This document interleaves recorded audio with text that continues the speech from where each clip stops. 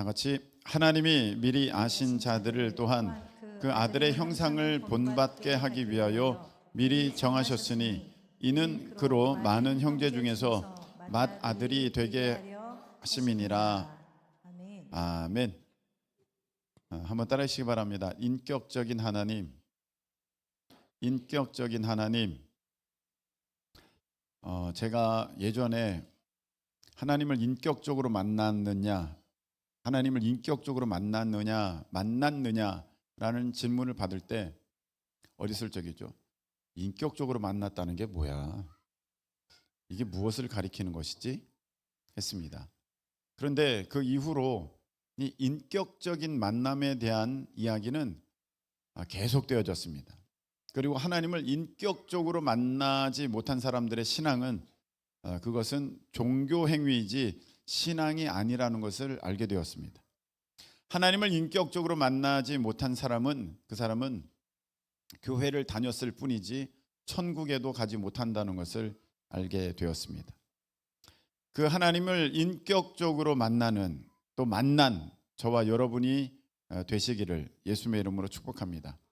오늘은 그 인격이라는 단어가 쓰여지지만 그 인격적인 만남과 또 인격적인 하나님은 조금 다릅니다. 하나씩 제가 말씀을 같이 나눠갈 때 이런 부분들이 여러분들에게 깨달아 깊이 다가오게 되고 또 이 말씀에 귀한 우리 하나님의 뜻이 모두 밝히 드러나서 자신의 귀한 믿음을 세우는 역사가 있기를 예수님의 이름으로 축복합니다. 자, 먼저 인격이라는 것을 보겠습니다. 인격. 이거 인격 있습니까? 없습니까? 없습니다. 이거는 인격이 없어요. 저기 트리가 있습니다. 저 진짜 나무라고 합시다. 인격이 있습니까? 없습니까? 없어요.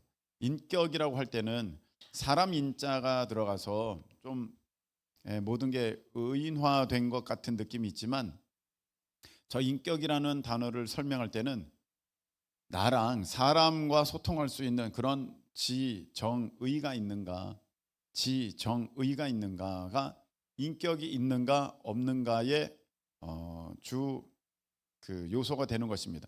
얘는 아는 것도 없고 감정도 없고 뜻도 없습니다. 인격이 없는 거죠. 여기 컵이 있습니다. 이 컵이 뜻이 있습니까? 자기의 뜻, 자기의 의지가 있습니까? 자기의 감정이 있습니까? 없습니다. 인격이 아닌 것이죠. 근데 인격이라는 게 무엇입니까? 지, 알고, 정, 그런 감정이 있고 의, 자기 뜻이나 계획과 생각이 있는 것이 인격입니다. 다 우리는 다 인격체들입니다. 아멘. 다 인격이 있는 거예요. 그러면 인격적이다. 이건 뭘까요? 인격적이다. 저 사람 참 인격적이야. 그렇게 말할 때는 그 사람 성격이, 인품이 참 좋아. 그런 의미도 있겠고, 저 사람은 참 인격적이다라고 할 때는 저 사람은 다른 사람들을 참 잘 배려해주고 그를 존중해줘, 이런 의미가 있는 것입니다. 그럼 넌 참 나를 비인격적으로 대하네, 이렇게 말하는 것은 나를 무시하네, 나를 우습게 여기네, 나의 어떤 귀한 부분들을 세워주지 못하는구나. 이게 비인격적인 것이죠. 비인격적인 대우, 비인격적인 행위, 이렇게 표현하지 않습니까? 여러분 어떻게 다 이해가 되십니까? 이해가 안 되십니까? 되십니까? 네네, 되시죠? 뭐 지금까지는 잘 몰라도 됩니다.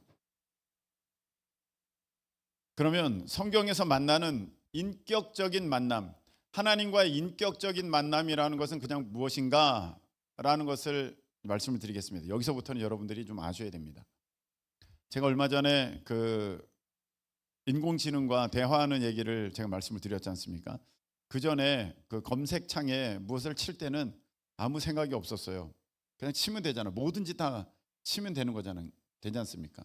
그건 완전히 일방적인 것이고, 그 어떤 검색창이 뭘 생각하고 뭐 어떤 느낌이나 뭐 이런 게 전혀 없다는 것 아래서, 예를 들어서 여러분들이 어떤 취미나 관심사나 여러분들이 지금 생각나는 어떤 것이든 거기에다가 다 집어넣을 수 있습니다.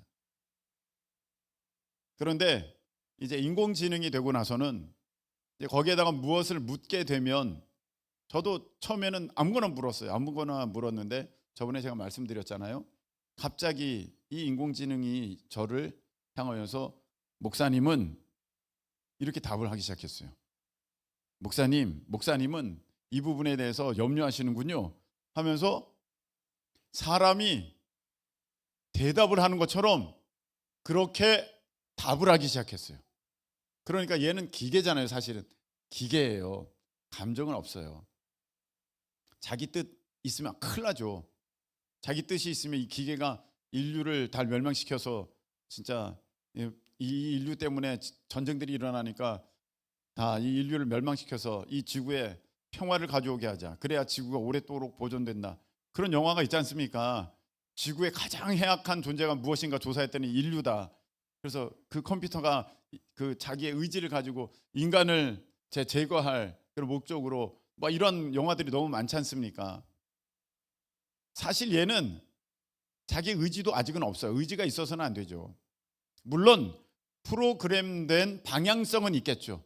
프로그램된 방향성은 있으나 자기 자체로 이것을 끄집어내서 이제 그 방향으로 이거를 자기 뜻대로 밀고 나갈 수 있다? 아직까지는 그게 허용은 되지 않았을 것입니다. 그렇게 되는 날이면 큰일 나는 거죠. 왜냐하면 모든 것이 다 컴퓨터화되어 있는데 얘가 컴퓨터를 전 세계 네트워크망을 장악해버리면 원자탄을 쏘는 버튼이나 아니면 어떤 뭐 중요한 결정을 하는 그러한 일들을 얘가 다 조정을 해버리면 어떻게 되겠습니까? 난리가 나지 않겠습니까? 자동 문자를 막 전 세계에 막 보내가지고 막 잘못된 정보를 퍼뜨리고 그러면 뭐 전 세계가 혼란에 빠져버리지 않겠습니까? 완전히 이제 은행 뱅킹을 자기가 다 그냥 다 뚫어가지고 모든 재산을 다 날려버리고 그걸 또 어디로 없애버리고 그렇게 되면 뭐 뒤죽박죽 되는 거지. 난리 나지 않겠습니까? 그런데 제가 드리고 싶은 얘기는 그렇게 어떤 반응을 보이니까 저는 이제부터 이 기계가 이 인공지능이 살아있는 인격체처럼 느껴지기 시작했습니다. 그래서 질문을 가려서 합니다. 저한테 목사님이라고 대답한 AI에 대해서는 목사가 할 수 없는 질문을 하지 않습니다. 아시겠어요? 네. 예를 들어 제 개인적인 사생활에 대한 어떤 뭐 관심사가 있다. 그다음에 그 이제 성경 공부나 성경 이렇게 설교를 준비하다 보면 항상 건강하고 건전하고 바람직한 정보들만 조사를 하지 않아요. 어떤 건지 아시겠습니까? 사람의 어떤 타락성이나 사람의 어떤 문제들이나 이런 것들을 조사를 하기 위해서는 이거를 내가 검색을 좀 해봐야 되지 않습니까? 그런데 제가 한 번은 그냥 아무 생각 없이 그것을 제가 따라락 했더니 목사님 이건 범죄입니다. 목사님 생각을 다시 하시죠. 내가 그런 게 아니고 이런 경우는 어떻게 되는 거야를 물어봤는데 이건 좋지 않습니다. 그러면서 지가 막 글을 다는 거예요. 그래서 야 이거 질문할 때도 그다음부터는 가려서 하게 되는 거예요. 자, 내가 아직은 진짜 살아있는 건 아니죠. 네, 제가 예를 든 거예요. 무엇을 대할 때 얘가 살아있어서 나와 소통할 수 있는 그러한 존재로 여겨지기 시작하는 것을 인격적인 만남의 시작이다. 우리 이렇게 볼 수 있습니다. 그래서 인격적인 만남이라는 것은 하나님과 인격적인 만남은 하나님 계시지. 하나님 계셔. 그렇게만 알고 전혀 하나님에 대한 아무 생각 없이 아무런 느낌 없이 그렇게 지내고 있다면 그 사람은 인격적인 만남을 가진 사람이 아닙니다. 하나님을 인격적으로 만난 사람은 내가 지금 방금 무슨 하나님 보시기에 좋지 않은 행동을 했습니다. 말을 했습니다. 그런 생각을 가졌습니다. 그러면 뜨끔하면서 어머 하나님 죄송합니다. 하나님이 지금 다 보셨죠. 들으셨죠. 다 아셨죠. 하나님 회개합니다. 죄송합니다. 이렇게 반응할 수 있는 자세를 가진 사람이 하나님과의 인격적인 만남을 가진 사람이에요. 만일에 그게 뭐 어때서? 아무 느낌 없이 마치 공기가 나를 둘러싸고 있으나 공기 안에서 행해졌던 모든 어떤 일들이 이 공기와는 무슨 상관이 있어? 이렇게 여기듯이 하나님이 계시다고 하면서, 하나님이 어디든 계시다고 하면서 그 앞에 행한 나의 말, 행동, 생각이 도대체 무슨 상관이 있어? 이렇게 여기고 있다면 여러분, 그 사람은 아직 하나님과 인격적인 만남이 있어진 사람이 아닙니다. 그래서 하나님과 인격적인 만남이 있어진 사람은 이렇습니다. 지식이 아니라 경험입니다. 한번 따라하시기 바랍니다. 지식이 아니라 경험입니다. 네, 인격적인 만남이라는 건 무엇이냐면 지식이 아니라 경험이라는 거예요. 자, 한번 이거 보세요. 심재돈? 심재돈 씨인가? 네, 여기 이제 올해 국회의원 나오려고 하는 어떤 분이 프랜카드를 걸어놨어요. 거기 이름이 심재돈이라 써 있어요. 이거 걸리나? 다른 걸로 하겠습니다. 걸면 걸리겠지. 자, 그래서 다른 걸로. 여러분, 도널드 트럼프 대통령 아시죠? 미국의 도널드 트럼프 대통령. 이거는 지적으로 아는 거죠. 지적으로 아는 거죠. 그런데 그분을 직접적으로 경험해 본 분이 계십니까? 대화를 했던지 식사를 같이 나누었던지 그 자리에 있었던지. 여러분, 인격적으로 하나님을 만났다는 것은 지식이 아니라 경험이 있어져야 된다는 거예요. 그래서 하나님은 이런 분이지, 이런 분이지, 이런 분이지, 이렇게 지식으로만 하나님을 설명할 수 있는 것이 아니라 하나님 할 때 내가 느껴지는 무엇인가가 내가 하나님과의 쌓여진 어떤 공동의 그런 추억과 그런 경험들이 딱 얘기할 수 있어져야 그 사람이 인격적인 만남을 가진 것입니다. 인격적인 하나님과 인격적인 만남을 가졌다. 그것은 일방 통행이 아니라 상호 소통입니다. 한번 따라하시기 바랍니다. 일방 통행이 아니라 상호 소통입니다. 네. 자, 내가 어느 전화를 받았어요. 옛날에는 이런 전화도 많았죠. 딱 받으면 거기서 그 녹음된 얘기가 쭉 나오지 않습니까? 완전히 일방적이잖아요. 이건 인격적인 만남이 아니죠. 그런데 안내원이 받아요. 네, 그래서 사랑합니다 고객님 해서 쭉쭉 나오면 예, 수고하십니다 하면서 내가 뭔가를 반응을 하고 질문을 하고 답을 듣고 그 사람에 대한 배려를 하고 또 질문을 할 때도 그 인격으로 모독되지 않게 또 아주 그냥 예의 있게 이렇게 하는 이런 관계, 이게 인격적인 만남, 하나님과의 만남이 있어진 사람의 모습이라는 거예요. 일방통행이 아니라 상호소통이에요. 그래서 기도할 때도 일방통행하는 사람이 있어요. 요이 땅 따라라라라락 하나님께 그냥 내가 아뢰고 싶은 것만 아뢰는 사람들, 그건 인격적인 사실 기도가 아니죠. 인격적인 기도라는 것은 내가 상호소통이 있어야죠. 그래서 하나님께 아뢰지만 듣는 것도 있어야 되죠. 나는 들으려 하지 않고 하나님 일방적으로 막 냅다 질러 놓기만 하고 이거 다 이루어주세요 끝, 예수님의 이름으로 기도합니다 아멘, 벌떡 일어나서 가버립니다. 그렇게 되는 건 안 되는 거죠. 그래서 하나님과 인격적인 만남이 있다는 것은 내가 지식으로만 아는 것이 아니라 경험으로 안다. 목사님들 리스트가 있습니다. 자, 뭐 이렇게 이름으로만 쭉 있다가 거기에 김성훈 목사 큰 기쁨 교회 담임 하면 여러분들은 다 알 겁니다. 이게 인격적인 만남이에요. 근데 예를 들어서 뭐라고 할까요? 뭐 홍길동 목사 주한 미추홀 교회 담임 막 이렇게 했다고 합시다.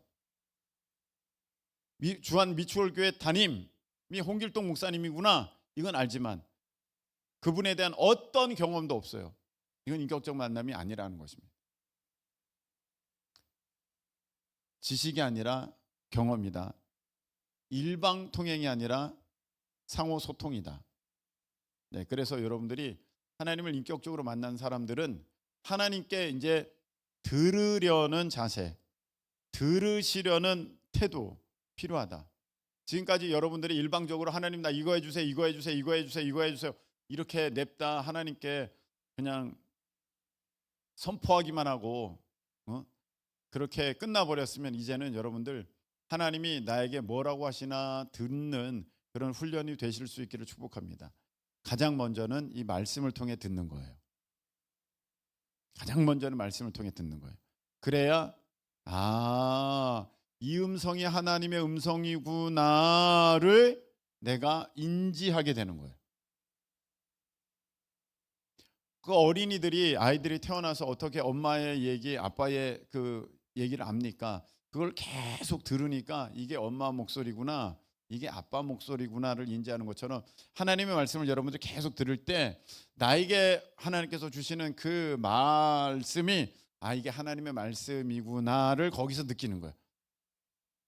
같은 내용, 같은 분위기, 같은 느낌. 세 번째는 무엇이냐면 성경 이야기가 그냥 남의 이야기가 아니라 내 이야기로 믿어질 때, 아멘. 이게 하나님을 인격적으로 만났다 그렇게 하는 거예요. 지식이 아니라 뭐다? 경험이다. 인격적인 하나님을 인격적으로 만났습니까? 할 때 지식이 아니라 경험이다. 일방통행이 아니라 상호 소통이다. 상호 소통이다. 성경의 말씀이 남의 이야기가 아니라 누구의 이야기? 내 이야기다. 내 이야기다. 이렇게 돼야 내가 하나님을 인격적으로 만났다 이렇게 말할 수 있습니다. 그렇지 않으면 제가 아까 말씀을 드렸죠. 하나님이 여기 다 계시지만 마치 하나님을 대할 때 여기 공기가 다 있지만 내가 여기서 무슨 생각, 무슨 말, 무슨 행동을 해도 공기한테 대해서는 내가 전혀 미안하거나 아무 반응이 없지 않습니까? 공기에 대해서 내가 뭘 신경 쓸 게 있어요? 이렇게 하듯이 하나님을 대하는 사람은 하나님과 인격적인 만남이 없는 것입니다. 근데 내가 만일에 여기서 막 했는데 저기에 날 알아보는 사람이 날 쳐다보고 있어. 너무 부끄럽고 너무 창피하고 그것에 대해서 너무 미안하고 이렇게 내가 반응하는 것이 이게 인격적인 만남을 가진 사람의 모습이라는 것입니다. 그래서 하나님이 살아계시고 나를 알고 계시고 지켜보고 계신다라는 것을 내가 인지하고 있으면 마틴 루터의 그 코람데오처럼 내가 하나님 앞에 있다고 한다면 내 말과 내 삶과 내 행동, 어떤 태도, 방향들이 하나님의 말씀을 벗어나기가 어렵겠지요. 우리가 그 코람데오의 정신, 코람데오의 자세에서 벗어나는 순간 하나님이 지금 날 지켜보고 계신다 이걸 모르는 순간 내가 내 뜻대로 해버리기가 너무 쉬운 것입니다. 여러분 저기에 지금 교통 카메라만 있어도 내가 그거에 맞춰서 반응합니다. 시속 30km 이하로 서행하세요. 그럼 거기 맞춰서 반응합니다. 50km 이하로 맞춰서 가세요. 그럼 거기 맞춰서 반응합니다. 그 카메라 하나만 보고도 내가 거기 반응하는데 하나님이 지켜보고 계신다는데 내가 아무것도 신경 안 쓰고 막 달린다, 막 한다. 그거는 하나님 인식하지 못하는 것입니다. 그래서 인격적인 하나님을 만났다 이런 분들은 하나님이 지금 나를 지켜보고 계신다는 그 자세로, 그 태도로, 그 사실 가운데 내가 말도 하고 행동도 하고 내가 이제 생각도 하는 것, 그게 바로 하나님과의 인격적인 만남을 가진 사람의 모습입니다. 할렐루야. 자, 오늘 그런 하나님이 나와의 인격적인 만남을 가진 하나님이 우리를 부르십니다. 오늘 말씀해 보면 이렇게 되어 있습니다. 하나님이 미리 아신 자들을 이렇게 되어 있어요. 하나님이 미리 아신 자, 저게 바로 하나님이 인격적으로 만남을 가진 자라고 여러분들이 이제 아시면 되겠어요. 미리 아셨다는 것은 나는 몰라. 근데 하나님이 그냥 이름으로만, 제가 어느 교회의 명단 이름을 받았다고 합시다. 명단 이름 쭉 받았는데 홍길동, 심청희, 김유신, 뭐 이렇게 쭉 있으면 그렇구나 할 뿐이지 저는 아무런 아는 사람이 없는 거예요.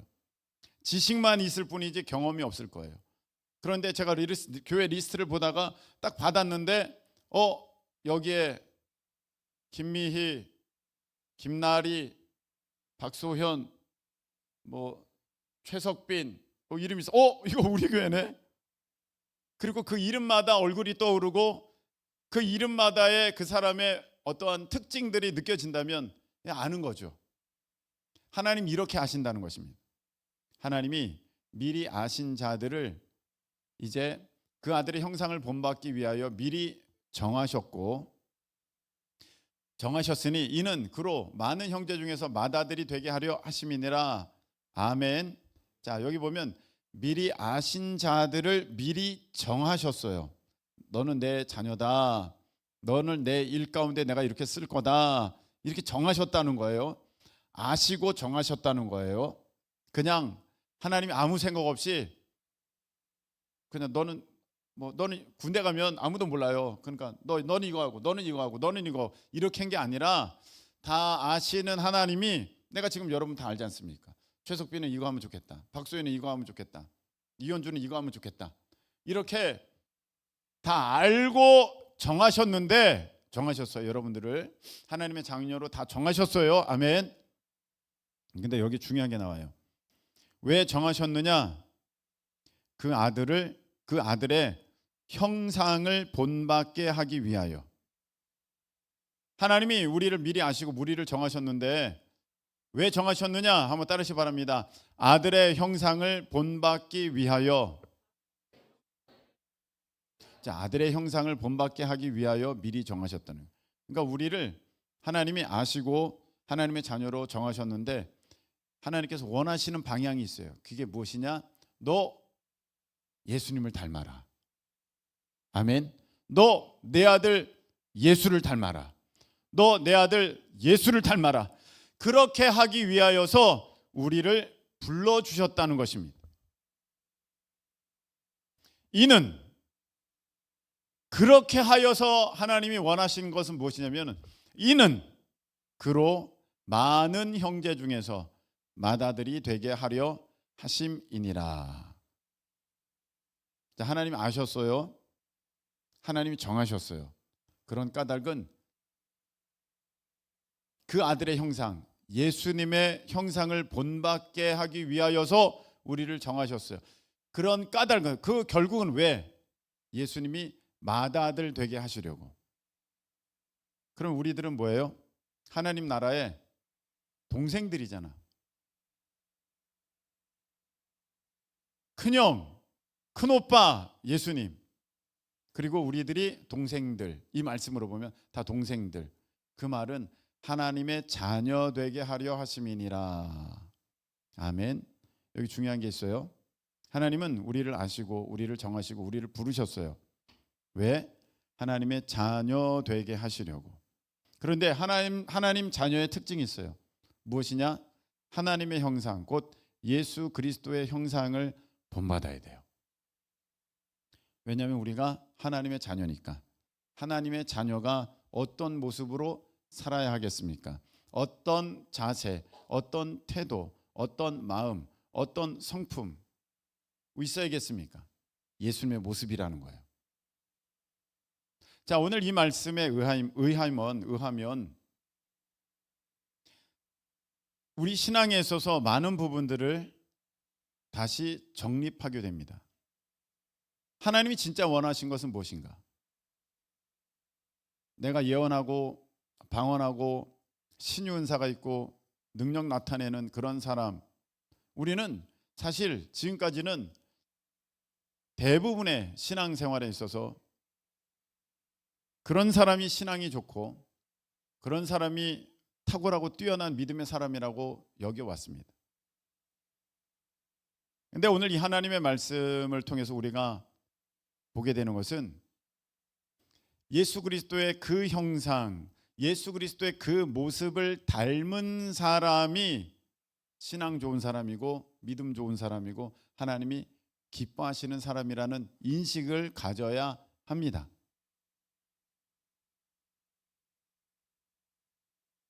여러분 이것은요 신앙의 완전한 어떠한 그 개혁이라고 할 수 있습니다.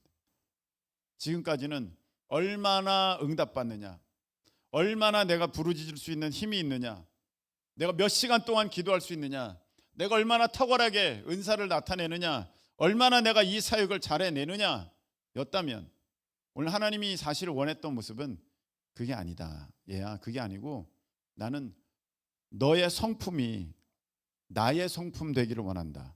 왜냐하면 너는 내 자녀니까. 너는 내 자녀니까 나의 성품이 네 안에서 나타나기를 원한다. 아멘. 우리 신앙은요 거기에 초점을 맞춰야 되는 거예요. 자, 계속해서 보도록 하겠습니다. 자, 사무엘상 16장 7절 말씀을 보시기 바랍니다. 사무엘상 16장 7절.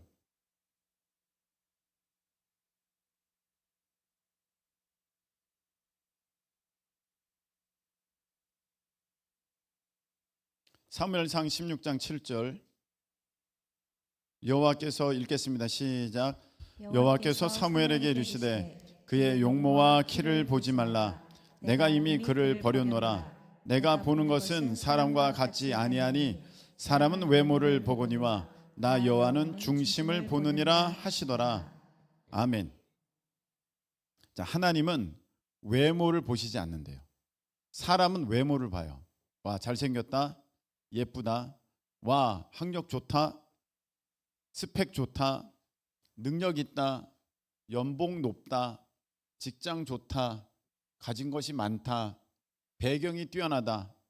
사람은 외모를 보지만 하나님은 그 중심을 보신다고 그렇게 말씀하셨습니다. 이가 진실한가? 이 사람이 충성된가? 이 사람이 온유하고 겸손한가? 그래서 순종할 수 있는 사람인가? 하나님은 이 중심을 보신다는 거예요. 사람은 그래서 야, 이 사람이 이런 대학을 갔네. 와, 이 사람이 이런 능력이 있네. 와, 이 사람이 이 연주를 이렇게 잘하네. 와, 이 사람이 말을 이렇게 뛰어나게 하네. 정말 훌륭하다. 정말 믿음이 좋구나. 하나님이 이 사람을 사랑하시는구나 라고 외모로 우리는 사람들을 평가했지만, 그래서 그 결과가 뭡니까? 좋은 대학에 합격하면 하나님께 영광, 좋은 직장에 합격하면 하나님께 영광. 그 사람은 돈은 얼마 벌어요? 할렐루야, 하나님께 영광. 근데 하나님은 그게 아니야. 내가 보는 것은 중심이야. 그가 진실한가? 그가 겸손한가? 온유한가? 그가 하나님을 사랑하는가? 나는 그걸 본다. 하나님이 이렇게 말씀하시는 거예요. 여러분, 우리의 신앙은 어디에 포커스가 되어 있습니까? 내가 하나님을 잘 믿어서 하나님의 영광을 나타내야지. 그러니까 내가 이 일이 잘 돼야 돼. 내가 하나님께 영광 올려드리기 위해서 내가 이 일을 잘해야 돼. 이 부분에 나는 뛰어난 사람이 돼야 돼. 예, 돼야 됩니다. 그런데 먼저 돼야 하는 게 있습니다. 내 속마음이에요. 내 속마음이에요. 자, 사도행전 13장 22절. 사도행전 13장 22절 보시겠습니다.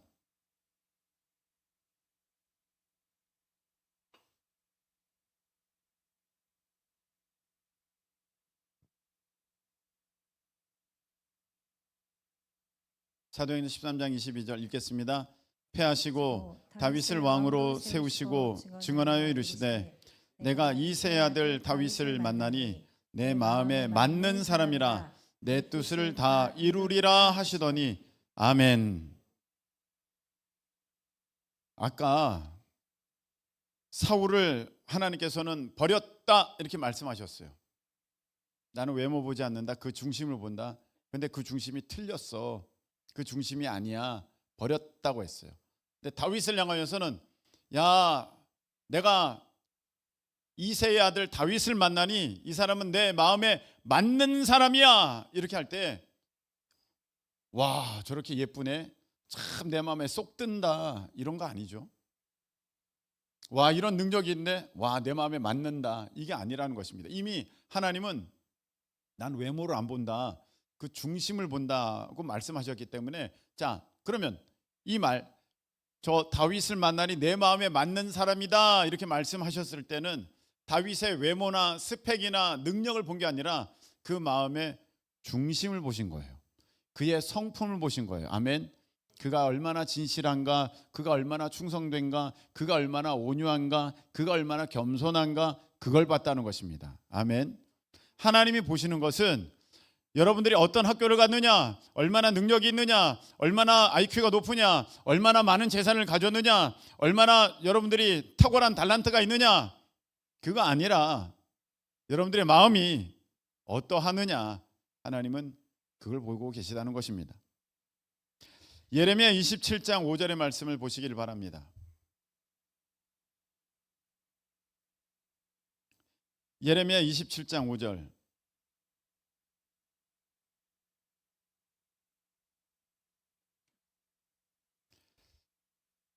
자, 읽겠습니다. 나는 내 큰 능력과 나의 쳐든 팔로 땅과 지상에 있는 사람과 짐승들을 만들고 내가 보기에 옳은 사람에게 그것을 주었노라. 아멘. 올해 우리 하나님의 큰 복을 받는 저와 여러분 되시기를 예수님의 이름으로 축복합니다. 근데 오늘 여기 말씀을 보니까 하나님이 큰 능력과 쳐든 팔로, 쳐든 팔이라는 것은 하나님의 능력을 나타내시는 그 모습을 이제 말씀하시는 거예요. 내가 이 세상에 모든 사람들, 짐승을 다 만들었다. 그래서 내가 보기에 옳은 사람에게 그것을 주었노라. 자, 하나님께서 여러분들에게 어떤 큰 능력을 맡겨주시고, 일을 맡겨주시고, 재물을 맡겨주시고, 어떤 자리를 맡겨주실 때 옳은 사람에게 그것을 내가 준다 이렇게 말씀하셨다는 거예요. 자, 지금까지 한번 정리해 볼까요? 하나님은 하나님과 인격적으로 만남이 있었는가 이렇게 물어볼 때 여러분 그냥 아는 것이 아니라 내가 경험되어지고 일방적인 것이 아니라 서로 소통되어지는 그런 관계이며, 성경의 말씀이 그냥 기록된 이야기가 아니라 나의 이야기, 나의 말씀으로 여겨지는 그러한 신앙적 경험을 하신 사람이 이제 하나님과의 인격적인 만남을 가졌다라고 여러분들이 이제 인정하게 될 때, 우리를 인격적으로 만나주시는 그 하나님이 우리에게 바라시는 것은 그 인격적인 하나님의 그 인격, 우리가 보는 인격이지만 하나님께는 신격이겠지만 우리로 대할 때는 그 인격이 되는 거겠죠.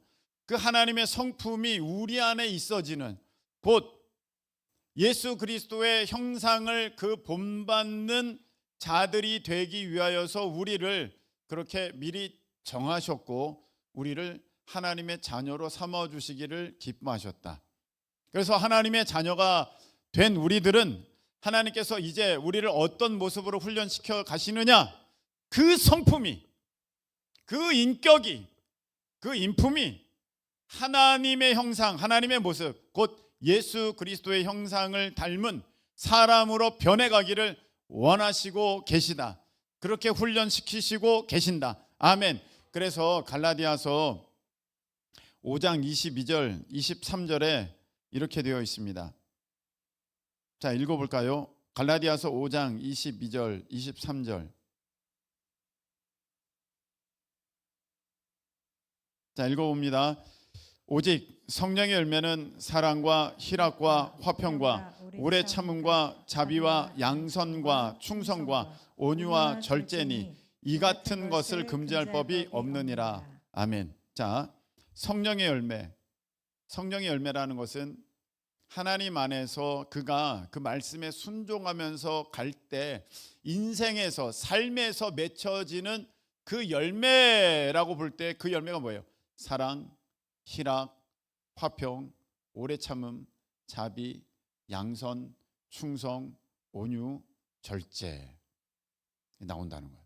여러분 여기에는요 신유, 예언, 능력, 방언 통역, 영분별 그런 거 아니라는 거예요. 그건 우리는 그걸 성령의 은사라고 하지 열매라고 하지 않아요. 은사와 열매는 다른 것입니다. 은사는 주어지는 거고요. 열매는 내가 순종함을 통해 이루어내야 되는 모습인 것입니다. 아멘. 은사와 열매는 다릅니다.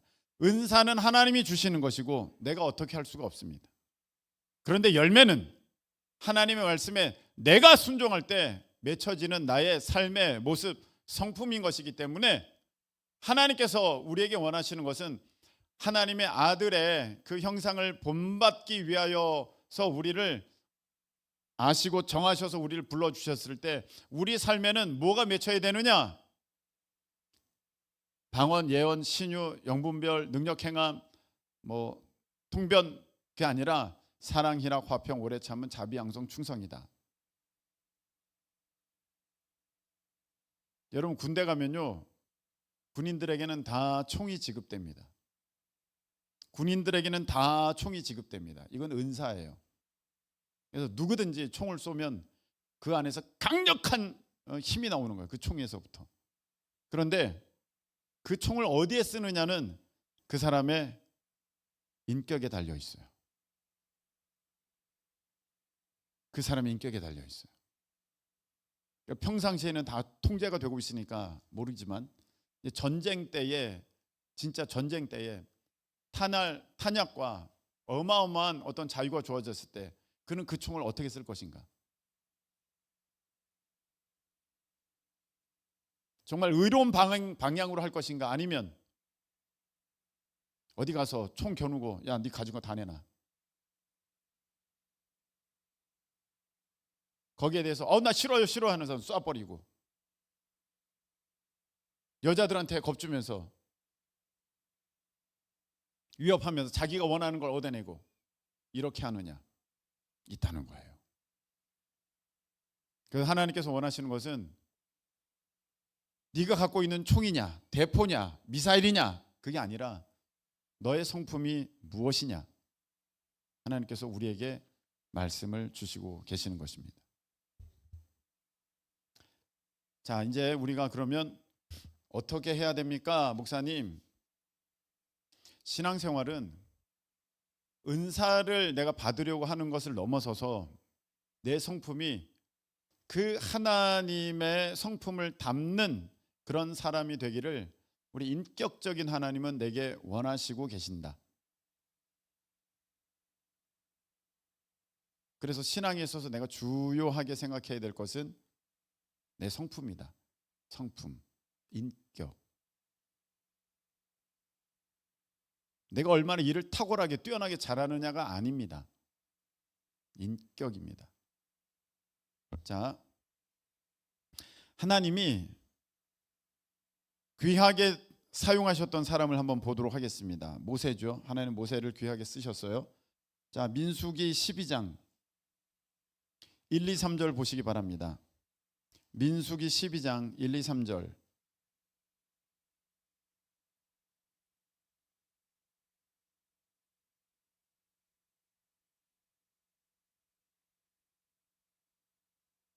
자, 민수기 12장 1, 2, 3절. 모세가 구스 여자를 다같이 취하였더니 그 구스 여자를 취하였으므로 미리암과 아론이 모세를 비방하니라. 그들이 이르되 여호와께서 모세와만 말씀하셨느냐 우리와도 말씀하지 아니하셨느냐 하매 여호와께서 이 말을 들으셨더라. 이 사람 모세는 온유함이 지면의 모든 사람보다 더하더라. 자, 6절 7절 읽겠습니다. 시작. 이르시되 내 말을 들으라. 너희 중에 선지자가 있으면 나 여호와가 환상으로 나를 그에게 알리기도 하고 꿈으로 그와 말하기도 하거니와 내 종 모세와는 그렇지 아니하니 그는 내 온 집에 충성함이라. 아멘. 자, 여기서 보면 미리암과 아론은 어디에 관심을 두고 있어요? 어디에? 너만 환상 보냐? 너만 예언하냐? 너만 하나님이 너와만 말씀하시냐? 이런 어떤 은사, 어떤 사역의 특징, 나타나는 어떠한 현상, 이것에 집중하고 있다면 하나님은 어디에 말씀을 하고 계시냐면 모세는 너희들과 달라. 왜냐하면 그 안에는 온유와 그 안에는 충성이 있어. 아멘. 그는 온유한 자고 그는 온 집에 충성된 자야. 그래서 나는 그 모세를 다르게 대하는 거야. 할렐루야. 그렇게 말씀하셨다는 거예요. 하나님이 귀하게 보시는 것은 너가 어떤 능력이 있느냐, 어떤 은사로 지금 행하고 있느냐를 넘어서서 너가 지금 무슨 마음이 있느냐를 보고 계신다는 거예요. 다윗을 보시기 바랍니다. 다윗. 아까 우리가 읽었죠? 사도행전 13장 22절. 자, 패하시고 다윗을 왕으로 세우시고 증언하여 이르시되 내가 이새의 아들 다윗을 만나니 내 마음에 맞는 사람이라 내 뜻을 다 이루리라. 아멘. 내 마음에 맞는 다윗을 만나니 내 뜻을 다 이루리라. 다윗이 무슨 능력이 있느냐? 그걸 말씀하지 않았어요. 야, IQ가 진짜 높은 사람을 만나니, 아니면 정말 민첩한 사람을 만나니, 아니면 운동신경이 탁월한 사람을 만나니, 아니면 어떤 일에 정말로 재빠른 사람을 만나니가 아니라 내 마음에 맞는 사람을 만나니 내 일을 그를 통해서 다 이룰 것이다. 여러분, 우리가 어디에 집중해야겠습니까? 내가 이런 똑똑함이 있어. 내가 말을 잘하는데, 내가 얼마나 일을 빠르게 하는 줄 알아? 내가 얼마나 뛰어난 줄 알아? 그게 아니라 내가 얼마나 진실한가? 내가 얼마나 하나님 앞에 겸손한가? 다른 사람들을 사랑하는가? 내 마음에 얼마나 온유가 있는가? 하나님 이걸 보신다는 거예요. 다윗이 무슨 능력이 있었는가를 하나님은 말씀하신 적이 없어요. 모세가 무슨 능력이 있었는지를 하나님 말씀하신 적이 없어요. 하나님 말씀하신 것은 그 안에 있는 충성을 말씀하셨고, 그 안에 있는 온유를 말씀하셨고, 그가 하나님 앞에 정직하고 순전한 사람이라는 것을 말씀하셨지, 그가 힘이 얼마나 셌는지, 그가 키가 얼마나 뛰어났는지, 그가 얼마나 똑똑했는지 하나님 말씀하신 적이 없다는 것입니다. 아브라함을 보시기 바랍니다. 히브리서 11장 8절.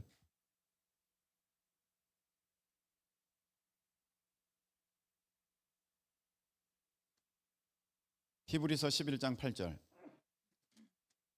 자, 읽겠습니다. 시작.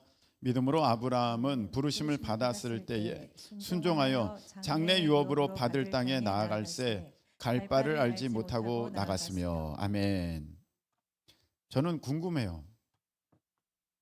하나님이 그 많은 사람 중에 믿음의 조상을 뽑으실 때 왜 아브라함을 뽑으셨나? 많은 사람이 있었을 텐데, 마치 하나님이 홍수로 이 땅의 모든 기식이 있는, 그러니까 호흡하는 그런 피조물들을 다 멸하실 때에 노아만 택했잖아요. 노아는 당대의 가장 똑똑한 사람이 아니라 당대의 의인이다, 이렇게 말씀하셨어요. 그의 성품, 그의 마음의 중심을 보신 거죠. 마찬가지로 아브라함도 하나님 택하실 때 보면 하나님이 얼마나 많은 사람이 있었겠습니까? 그런데 왜 아브라함을 택했느냐? 파이팅! 자, 보니까 부르심을 받았을 때에 순종할 수 있는 그 힘이 그 안에 있었다는 거예요. 그가 얼마나 뛰어난가, 똑똑한가, 힘이 얼마나 센가, 그가 얼마나 모든 일에 있어서 기술이 있는가를 보신 것이 아니라 그가 순종을 하는가를 보신 거예요. 야고보서 2장 23절 보시기 바랍니다. 야고보서 2장 23절. 야고보서 2장 23절. 자, 읽겠습니다. 다 같이 시작. 이에 성경에 이른바 아브라함이 하나님을 믿으니 이것을 의로 여기셨다는 말씀이 이루어졌고 그는 하나님의 벗이라 칭함을 받았나니. 아멘. 자, 아브라함은 하나님을 믿었어요. 이 마음 중심에 그 나타난 그 증거가 무엇입니까? 순종이에요. 순종. 이따 말씀을 드릴 때지만 순종할 수 있으려면 그 사람이 어떤 사람이어야 되냐? 겸손하고 온유한 사람이어야 돼요. 겸손하고 온유한 사람이어야만 그 사람이 순종할 수 있어요. 그 순종이 있을 때 그가 의롭게 되는 거예요. 자, 이것이 있었기에 하나님은 아브라함을 나의 벗이다 이렇게 칭하셨다는 거예요. 나의 친구다 이렇게 칭하셨다는 거예요. 여러분, 하나님과 친구가 되는 그러한 사람, IQ가 좋아서 기술이 뛰어나서 아니면 뭐 어떤 능력이 탁월해서 운동신경이 뛰어나서가 아니라 하나님을 믿으니, 그 성품이, 그 중심이 하나님을 믿으니, 어디까지? 자기 아들을 죽이는 데까지 하나님을 믿으니 하나님이 아브라함을 하나님의 벗이다 이렇게 칭하셨다는 거예요. 여러분, 하나님이 쓰셨던 사람들 한번 보세요. 그가 가지고 있는 배경 하나도 없어요. 그가 가지고 있는 능력도 하나님이 언급하신 적이 없고, 그가 얼마나 뛰어난 실력자인지를 말씀하신 적도 없어요. 전부 다 뭘 말씀하셨냐면 그가 어떤 사람인지, 즉 그 사람의 성품, 그 사람의 중심이 어떠한지를 하나님은 말씀하셨다는 거예요. 자, 그럼 우리가 어디에 집중해야 됩니까? 나의 성품, 특별히 세상에서 말하는 그러한 저 사람 사람 좋아 그 정도 수준이 아니라 하나님만이 아실 수 있는 내 마음 중심 가운데 있는 그 정직함, 진실함, 온유함, 겸손한, 사람들에게는 그런 척할 수 있죠.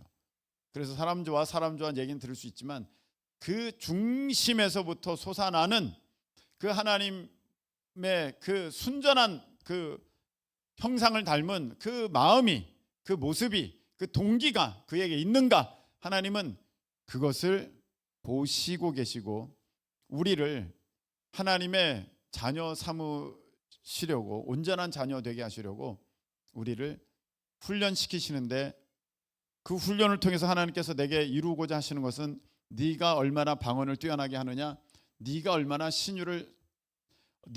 예언을 잘하느냐, 이걸 말씀하시는 것이 아니라 그 모든 것을 통해서 너가 얼마나 온유한 사람이 되었느냐, 너가 얼마나 겸손한 사람이 되었느냐, 하나님은 여기에 집중하고 계신다는 거예요. 아까 예레미야에서 우리 27장에서도 보았듯이 여러분, 하나님께서는요 내가 보기에 옳은 사람에게 모든 것을 다 주신다고 하셨어요. 여러분들이 아무리 막 하나님께 땡깡을 쓰고 막 밤새 기도하고 부르짖고 금식 기도하고 해도, 물론 하나님은 그렇게 매달리면 그 매달린 만큼의 어떤 그 응답은 하세요. 앞으로 제가 좀 이따 바로 말씀을 드리겠지만 응답은 하시지만 그거는 원래 하나님이 기뻐서 응답하시는 게 아니에요. 자, 가나안 땅 이스라엘 백성들이 갈 때 하나님은 이스라엘 백성을 훈련시키시기를 원하셨어요. 근데 물이 없었어요. 먹을 게 없었어요. 자, 하나님은 너가 목마름 가운데 얼마나 며칠을 견딜 수 있느냐, 너가 배고픔을 얼마나 견딜 수 있느냐, 그걸 테스트하신 것이 아니라 너의 마음이 어떠하냐를 하나님은 보시기를 원하신 거예요. 근데 이스라엘 백성들은 다 떨어졌죠. 다 떨어졌어요. 막 불평 원망하고 막 이 안에서 하나님을 믿지 못하는 마음이 막 있어가지고 북닥 그럽니다. 하나님은 이미 다 보셨어요. 그걸 보셨어요. 보시고 먹을 것도 주시고 물도 주셨어요. 그런데 이스라엘 사람들은 그런 성품이 안 되었음을 만천하에 다 드러나게 되었고, 그 훈련은 계속해서 있게 됩니다. 제가 아까 방금 말씀드렸죠. 하나님 앞에 부르짖으면 주시긴 주셔요. 내가 구한 것을 주세요. 그런데 그것을 응답하셨다고 해서 내가 하나님께 합격한 것은 아니라는 거예요. 하늘에서 먹을 게 내렸다고 해서 내가 하나님께 통과가 된 것은 아니라는 거예요. 반석에서 물이 나왔다고 해서 하나님께 내가 통과가 된 것은 아니라는 거예요. 내가 응답이 되어져서 그 문제가 해결되어지고, 내 지금 숨통이 트여져서 지금 나에게 어떤 물질이 좀 들어오고 그 막혔던 것들이 열렸다고 해서 내가 하나님 앞에 이제 뭔가 된 거구나가 아니라, 하나님은 그 앞전에 나의 마음과 나의 성품과 나의 어떤 말과 생각들을 다 보셨다는 거죠. 우리가 정말 주요하게 보아야 할 부분들은 바로 이것입니다. 내 성품이 어떠한가?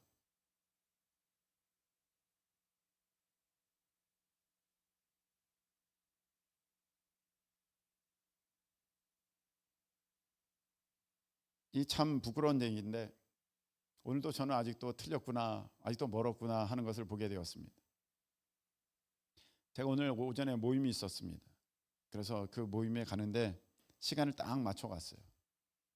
그래서 빨리 잘 가야 됐었습니다. 근데 가는데 자, 1차선이 어디지? 인도 쪽이 1차선인가? 3차선인가? 중앙선 쪽이 1차선인가? 아, 그렇습니다. 1차선에서 좌회전하잖아요. 좌회전길이 쫙 밀려 있는 거예요. 저는 직진이에요. 저는 직진입니다. 그래서 이제 저는 2차선에 있었습니다.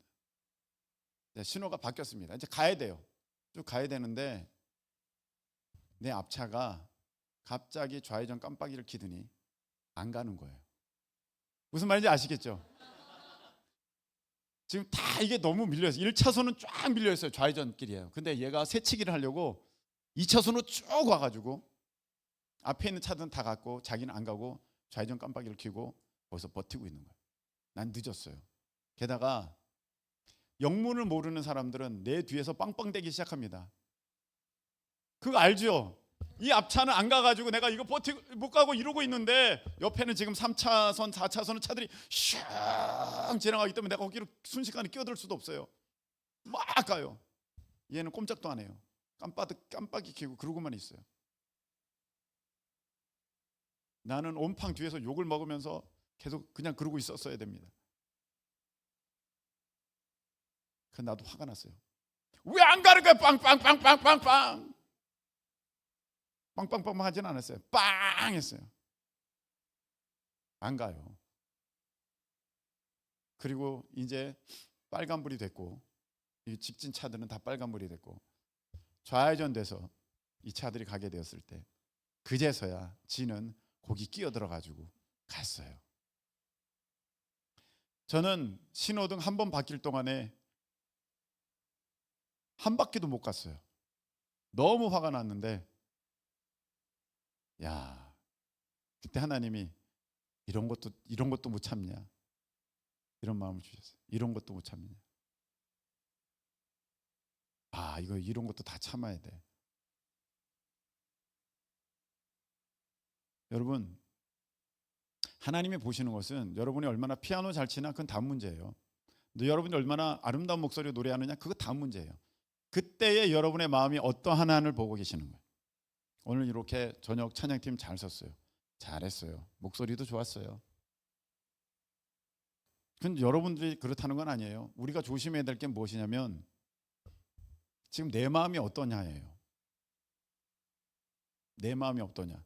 지금 교회 학교에 한 어린이가 있었어요. 교회 학교에 한 어린이가 있는데 이 어린이는 앞에서 나와서 율동을 하기를 좋아했고 참 잘한 어린이에요. 근데 어느 날부터 시큰둥해요. 이걸 잘 안 해요. 시켜도 안 하려고 그래요. 자꾸 빠져요. 그래서 너 이거 왜 안 하려고 그래? 너 왜 안 하니? 했더니 이렇게 얘기해요. 애들이 나를 안 쳐다봐요. 그래서 하기 싫어요. 그러는 거예요. 애들이 나를 안 쳐다봐요. 그래서 하기 싫어요. 자기가 앞에서 맨날 율동하고 막 주님을 찬양 했던 이유가 주님을 찬양한 게 아니라 사람들이 나를 봐주니까 그게 좋은 거예요. 애들이니까 이렇게 얘기를 하는 거예요. 나이가 들잖아요. 청년 이상쯤 되잖아요. 그러면 그렇게 얘기 안 합니다. 그렇게는 절대 얘기 안 하죠. 그러나 이 안에는 그대로 살아있죠. 그런 마음이. 나를 봐. 날 보라고. 내가 이렇게 노래해. 어때? 내 목소리 좋지? 아, 이건 나도 참 듣기 좋은데. 날 봐. 내가 드럼을 이렇게 쳐. 내가 드럼을 이렇게 쳐. 날 봐. 좀 봐. 내가 이렇게 연주해. 내가 이렇게 율동해. 내가 이렇게 찬양해. 날 봐. 날 보라고. 나 좀 잘하는 것 같아.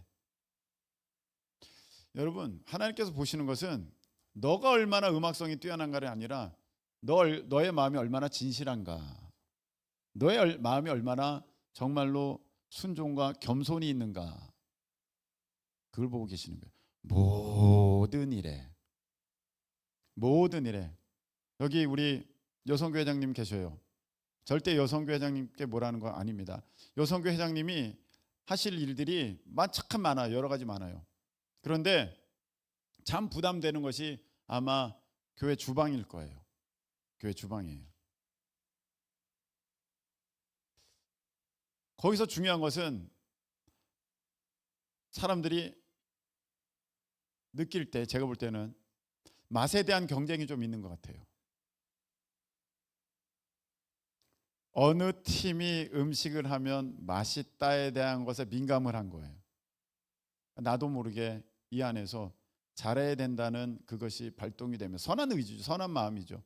하다가 나도 모르게 욱욱욱 하고 화가 나고 올라오고 내 뜻대로 안 되네. 내 마음대로 안 되네. 저 사람 왜 이렇게 게을러? 저 사람은 왜 이렇게 늦어? 저 사람은 왜 이렇게 오바해? 저 사람은 왜 내 말을 안 들어? 저기서 왜 고추장을 더 듣는 거야? 걸쭉해졌잖아. 아, 짜증나네. 하나님 보시는 것은 그 맛이 아니라 그 마음이에요. 이건 아셔야 돼요. 여러분, 우리는요, 모든 사역 가운데 하나님 보시는 것은 우리의 마음이라는 것입니다. 우리의 마음이에요. 너의 마음이 어떠하냐? 너의 마음이 어떠하냐? 그걸 얼마나 잘하느냐 못하느냐는 두 번째 문제예요. 너의 마음이 정직하냐? 너의 마음이 충성되냐? 너의 마음이 온유하냐? 너의 마음이 겸손하냐? 너의 마음이 순종하고 있느냐? 하나님이 그걸 보시고 그거를 계속해서 나를 훈련시키고 계시는 거예요. 속장이든지 속도원이든지 전도팀이든지 기도팀이든지. 중요한 것은 기도팀들이 나와서 개구리처럼, 개구리는 좀 그렇죠. 어디 보니까 그 와굴 한다고 그래서 뭐 그러는데, 얼마나 그걸 잘해내느냐가 아니라 그 마음이 얼마나 하나님 앞에 정직하고 진실하고 정말 충성스러운가. 하나님은 그걸 보시는 거예요. 대표 기도하기가 힘들어요. 왜? 사람들에게 얼마나 이것이 참 잘 깔끔하게 문장력 있게 호소력 있게 그리고 모든 요소가 다 담겨 있게 그렇게 기도문을 썼느냐, 이걸 보여줘야 되니까 힘들어요. 하나님은 그걸 보시는 게 아니라 너의 마음이 나를 향하여 얼마나 진실하느냐, 얼마나 충성되냐, 얼마나 정말 간절하느냐, 그걸 보시는 거예요. 사람들은 헌금할 때, 야, 내가 이렇게 하는데 이 금액이 사람들한테 알려져야 되는데 이렇게 하면 보여질까? 아, 이렇게 하면 또 드러나면 싫은데, 내가 적게 하는 건 나 싫은데 이거 뭐 무명으로 하면 안 되나? 뭐 어떻게 해야 되지? 그게 중요한 게 아니라, 금액이 중요한 게 아니라 그 안에 담겨 있는 너의 마음이 어떠냐?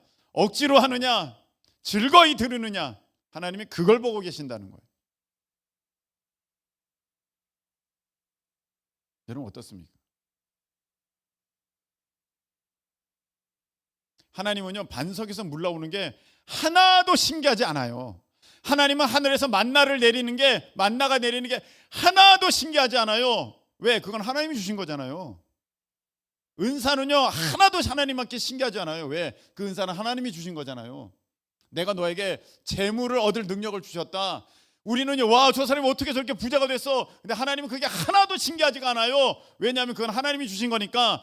그런데 하나님이 신기하게 생각하는 것, 이야, 어떻게 이런 믿음이 있을까?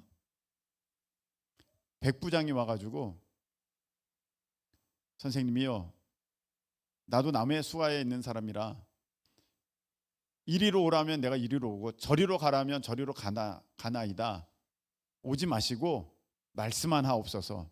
그러면 주의 종이 하인이 낫겠습니다. 예수님이 깜짝 놀라시면서, 와, 이스라엘의 이만한 믿음을 보지 못하였도다. 하나님은 이러한 그 속 중심에서부터 하나님께 드러나는 그 진실함, 정직함, 순전함, 그 겸손, 하나님은 그걸 보시면서 깜짝 놀라시는 거예요.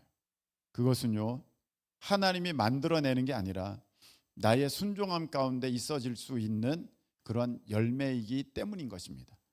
그래서 하나님께 귀한 것은요, 감사와 찬송과 겸손과 믿음과 순종이지 반석에서 물이 나는 게 아니에요. 우리는 반석에서 물났어, 반석에서 물났어, 반석에서 물났대. 이야, 거기에 진짜 우리는 그것만 바라보지만 하나님은 그게 아니라 그 가운데 너의 마음은 어떠하느냐를 보시는 거예요. 무리바에서 다툼이 있어가지고 모세가 반석을 2번 땅 칩니다. 물은 나왔어요. 물은 나왔습니다. 우리가 어떻게 보면 목적 바라던 것은 해결됐는지 몰라요. 목말라가지고 물 나와라, 물 나와라, 물을 내라, 물을 내다오 했기 때문에 물이 나왔으니까 해결된지는 모르겠어요. 그런데 하나님이 원하시는 것은 보시지 못했어요. 무엇이냐면은 그 아들의 형상을 본받게 하려 함이니라. 온유한 성품이 그 안에서 드러났어야 되는데, 그 겸손한 성품이 그 안에서 드러났어야 되는데, 그 순종의 성품이 그 안에서 드러났어야 되는데, 모세가 그때 그것을 보여드리지 못했어요. 반석에서는 물은 났어요. 문제는 해결된 것 같아요. 그런데 진짜 문제는 해결되지 않았어요. 바로 우리 눈에 보이지 않는, 우리 마음 중심에 있는 그 문제는 해결되지 않은 거예요. 하나님께서 귀히 여기시는 것은 은사가 아니에요. 우리는 와, 저 사람 예언해서 진짜 끝내줘, 와, 저 사람 신유해서 진짜 끝내줘, 하나도 하나님은 신기하지 않아요. 그건 하나님께서 주셨기 때문입니다. 근데 정말로 신기한 것은 그런 신유의 은사를 통해서 사람이 일어났는데 자기는 하나도 교만하지 않는 그 모습을 보면서, 이야, 너가 괜찮다, 너가 됐다. 여기에 은혜가 넘쳐나는 것은 하나도 하나님이 신기하지 않아요. 왜? 은혜는 하나님이 부어주시는 거예요. 아멘. 근데 은혜가 막 넘쳐났어요. 찬양 인도하는데 은혜가 넘쳐났어요. 사람들이 울면서 손 들고 막 뛰면서 막 찬양해요. 엄청나요. 근데 하나님이 정말 그 가운데서 정말 감격하면서 신기하게 보는 것은 그런 상황 가운데서도 정말 찬양단이 자기를 드러내는 모습이 하나도 없이 하나님이 하셨습니다. 이건 다 하나님이 하신 겁니다. 하나님이 하신 겁니다. 하나님이 하셨습니다만 그렇게 온전히 나타내고 있는 그 모습을 하나님이 정말 기뻐하시고 그 모습을 보시기를 원하시는 것입니다. 말씀도 마찬가지예요. 말씀을 통해서 은혜가 넘쳐나요. 은혜가 넘쳐요. 이야, 저 목사님 말씀 참 잘 전해. 여러분, 그거는 어떻게 보면 우리 입장이고요. 은혜는 하나님만이 주실 수 있는 것이기 때문에, 아멘. 하나님만이 주실 수 있는 것이기 때문에 하나님 입장에서 보면, 야, 그건 은혜는 내가 준 거야. 근데 내가 신기하게 생각하는 것은 이 사람들이 말씀을 통해 은혜 받아서 막 눈물 흘리고 그런 게 아니라, 제가 뛰어나가지고 그런 은혜를 끼친 게 아니라 은혜는 내가 준 것인데, 이 은혜 가운데도 겸손하게 자기는 전혀 나타내지 않고 나만 바라보고 있는 저 설교자의 모습이다. 하나님이 기뻐하시는 모습은 바로 그것이라는 것입니다. 그래서 여러분, 정말 안타까운 분들이 있어요. 참 열심히 해요. 열심히 하는데, 열심히 해요. 그런데 그 속마음이 저 사람을 미워하고 저 사람을 흉보고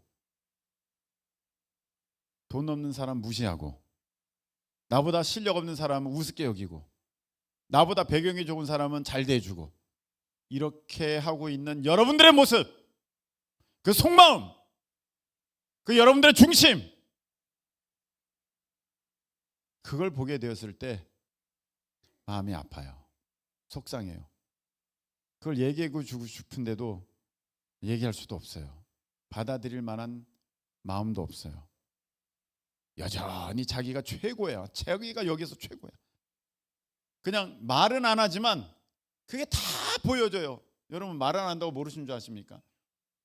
그게 다 느껴지는 걸요. 야, 저 사람 말은 안 하지만 그 우월감에 자기가 이러고 말로는 겸손하게, 아유, 권사님 참 잘하시네요, 집사님 참 잘하시네 하는데, 이야, 그 안에 교만이 득실득실하다. 교만이 득실득실하다. 아니, 목사님 나도 알겠는데 하나님이 모르실까? 아직도 멀었다. 아직도 멀었다. 아직도 멀었다. 아직도 멀었다.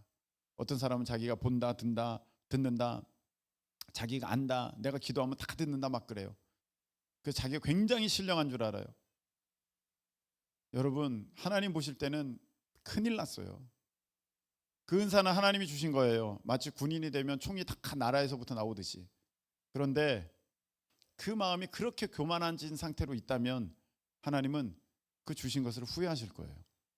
야, 저렇게 자기가 잘났다고 저러고 있으니 저를 어떡하면 좋아. 저 본다 든다 하면서 막 말하는데 전혀 내가 준 어떤 사랑의 메시지도 아닌데 다 자기를 높이는 그런 것으로만 그렇게 하고 있다는 것이니 보였다는 것입니다. 그게 하나님 앞에 드러났다는 것입니다. 그게 문제라는 것입니다. 자, 무슨 문제가 있나요? 뒤에 없습니까? 난 또 무슨 문제가 있는 줄 알고 걱정돼서. 여러분 말씀 맺겠습니다. 저한테 네 제가 하겠습니다. 네 그래 놓고 여기에서는 아휴 이거 언제 한대. 여러분 하나님은요, 네 하겠습니다. 네 제가 이걸 이루어냈습니다. 제가 이걸 만들어냈습니다. 제가 이거 준비했습니다. 이걸 보시는 게 아니에요. 하나님은 그런 과정 중에 있는 여러분들의 마음이에요. 하나님은 그걸 보시는 거예요. 그래서 그 일을 한번 하나님이 여러분들에게 맡겨 보신 거예요. 너 어떻게 반응하나 좀 내가 봐야겠다. 너 이 일에서 너가 어떻게 좀 반응하나 내가 좀 봐야겠다. 여기서 부글부글 하면서 그걸 만들어낼 수는 있어요. 근데 하나님은 그 만들어낸 것을 보는 게 아니라 그 부글부글 했던 나의 마음을 보면서 너 거기서 부글부글 하면 어떡하냐. 기쁨을 했어야지. 충성하지 않는 사람은 하나님이 안 쓰십니다. 온유하지 않고 겸손하지 않은 사람은 하나님이 안 쓰십니다. 여러분 겸손이란 게 뭡니까? 나를 낮추고 하나님을 높이는 거잖아요. 나를 낮추고 하나님을 높이는 거예요. 그런데 사람들은요, 말은 아유 하나님이 하셨죠 하면서 자기를 높이고 하나님은 지워버려요. 그거를 아주 신앙생활 오래 하면 오래 할수록 아주 노련하게 해내요. 아유 다 하나님이 하셨죠 하면서 요것까지도 나의 어떠한 좋은 어떤 인격으로 삼으려고 그렇게 만들어내는 사람들이 있어요. 그 마음 중심은 전혀 안 그러면서 자기를 위하면서 내가 어떤 일을 했는데 자기에 대한 칭찬이 조금 더 없으면 엄청나게 기분 나빠하는 사람들.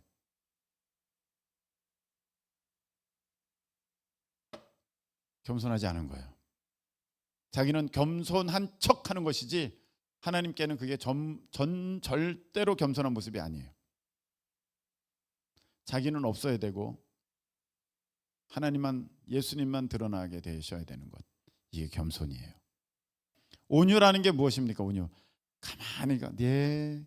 아이 맞습니다. 웃으면서 참으면서 가만히 있으면서 네. 아유 목사님.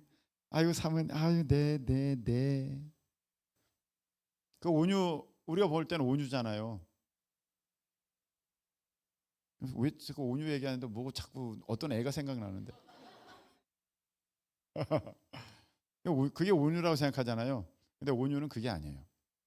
만약 그게 온유였으면 예수님이 성전에서 그렇게 채찍질 하시면서 화내신 것은 온유를 깨버린 모습이죠.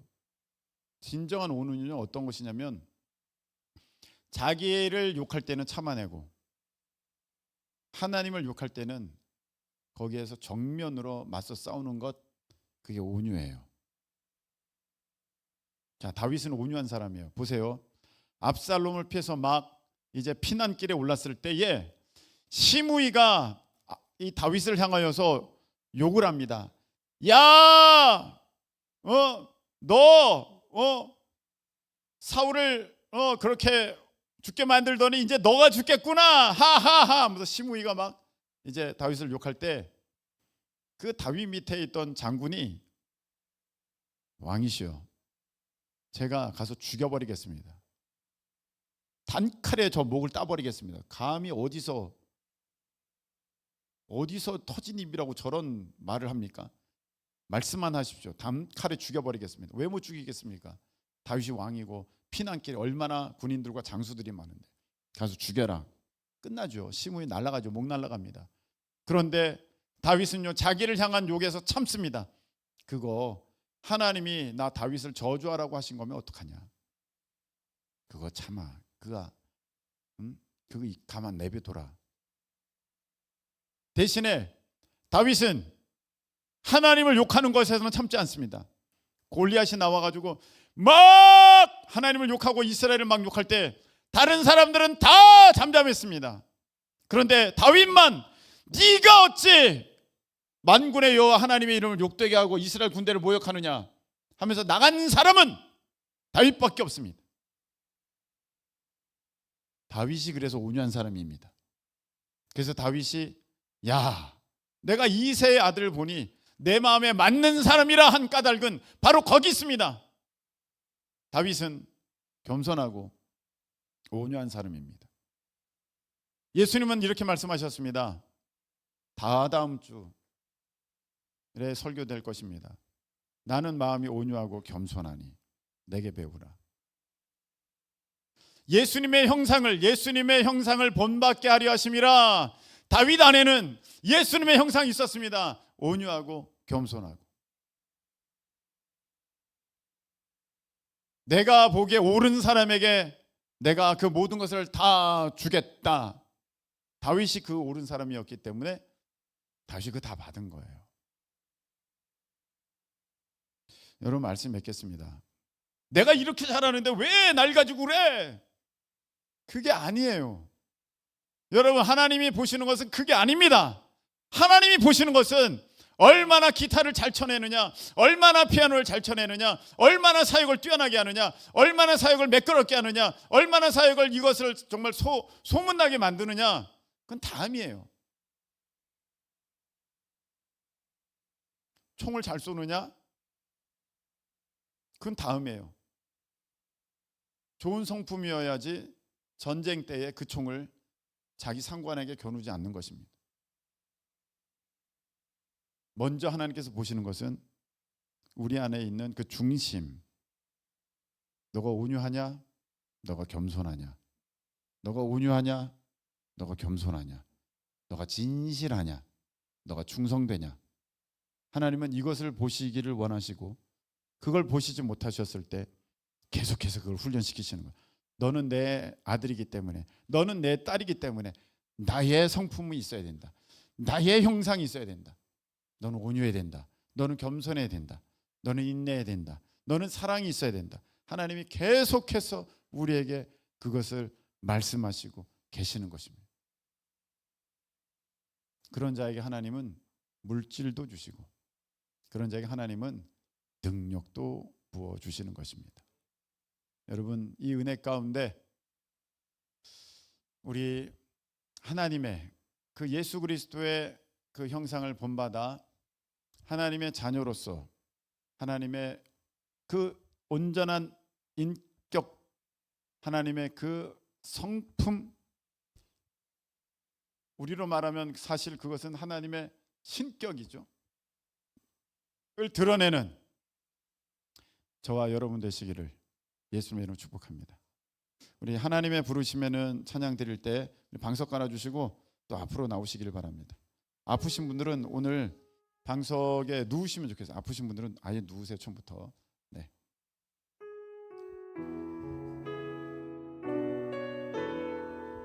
하나님의 부르심에는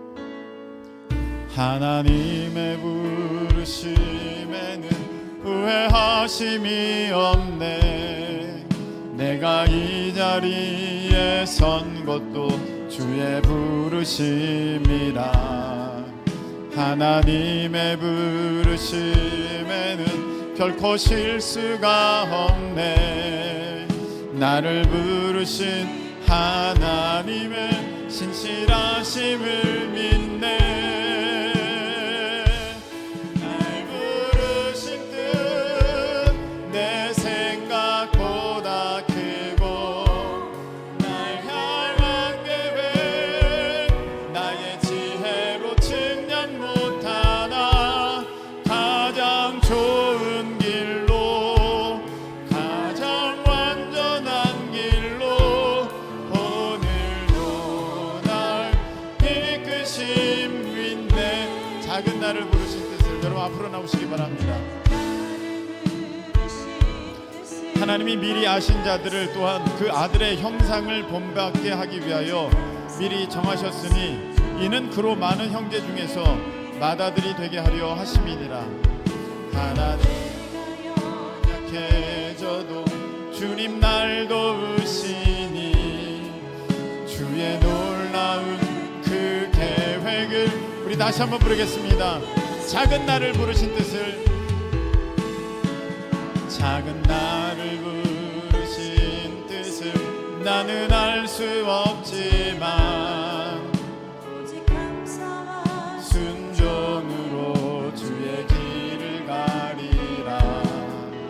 때론 내가 연약해져도 주님 날 도우시니 나의 놀라운 그 계획을 나는 믿으며 살리.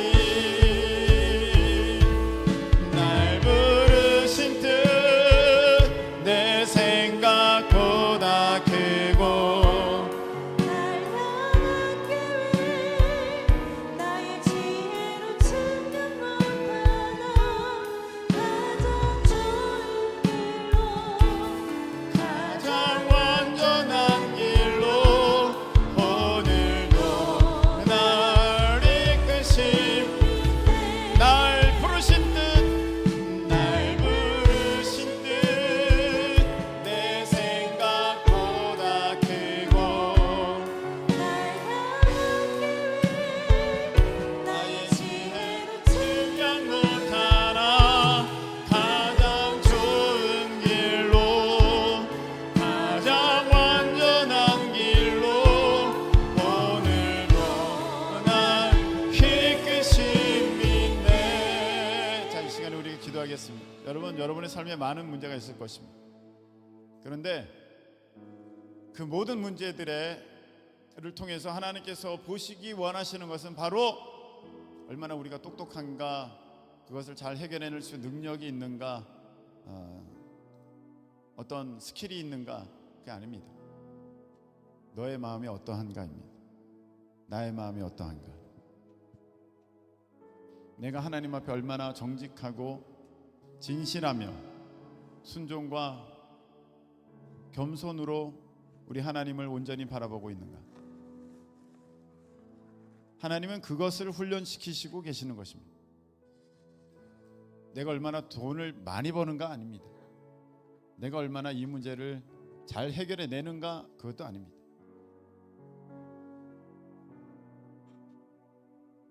내 성품이 예수님을 닮는 것입니다. 온유하고 겸손하게, 온유하고 겸손하게. 일은 해냈지만 이 안에 불평 원망이 가득했으면 여러분, 문제는 해결된다 할지라도 거기에서 하나님은 영광 받으시지를 않았습니다. 그래서 내 문제가 여전히 반복되는 것입니다. 온유와 겸손입니다. 주님, 오늘 이 말씀은 내 말씀입니다. 오늘 이 말씀은 내 말씀입니다. 하나님, 이제 하나님의 그 성품 예수 그리스도의 형상을 본받는 자 되기를 소망합니다. 아버지, 내게 역사하여 주시옵소서. 우리 다같이 주여 한번 외치고 통성으로 기도하며 나아갑니다. 주여!